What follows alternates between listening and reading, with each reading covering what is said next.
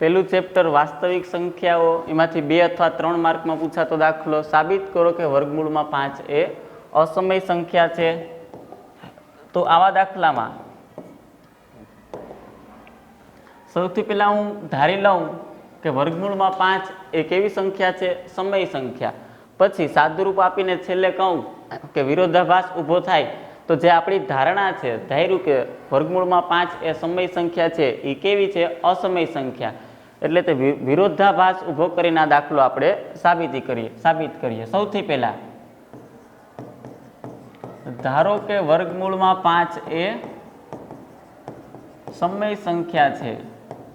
હવે એવા બે પૂર્ણાંક લઉં કે જે 5 અથવા વર્ગમૂળમાં 5 વડે વિભાજ્ય હોય તો એના છેદમાં b બરાબર વર્ગમૂળમાં 5. ક્રોસ ગુણાકાર કરું તો b વર્ગમૂળમાં 5 બરાબર a. હવે બંને બાજુ વર્ગ કરીને ગોઠવણી કરતા બંને બાજુ વર્ગ કરું તો આ બાજુ થાય વર્ગમૂળમાં 5 નો વર્ગ 5, b નો વર્ગ b² અને આ બાજુ a². હવે જો a² એ 5 વડે વિભાજ્ય હોય તો એનું વર્ગમૂળ ખાલી એ પણ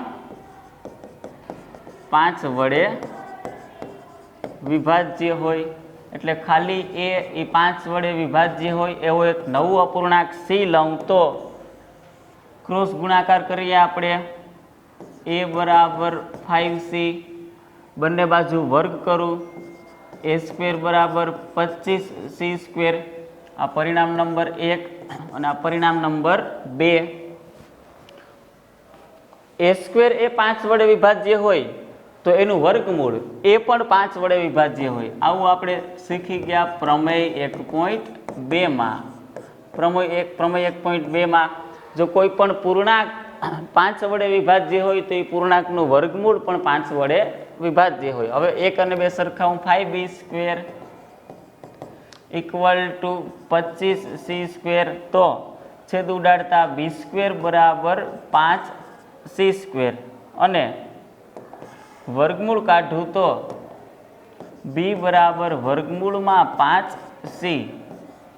વર્ગમૂળમાં 5c, પાછું વર્ગમૂળ આવ્યું એટલે અસમય સંખ્યા વધી. તો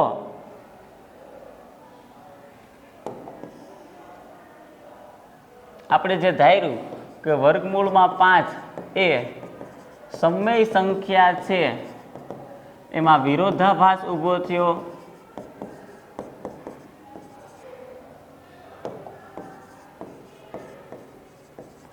એટલે આપણી ધારણા ખોટી છે.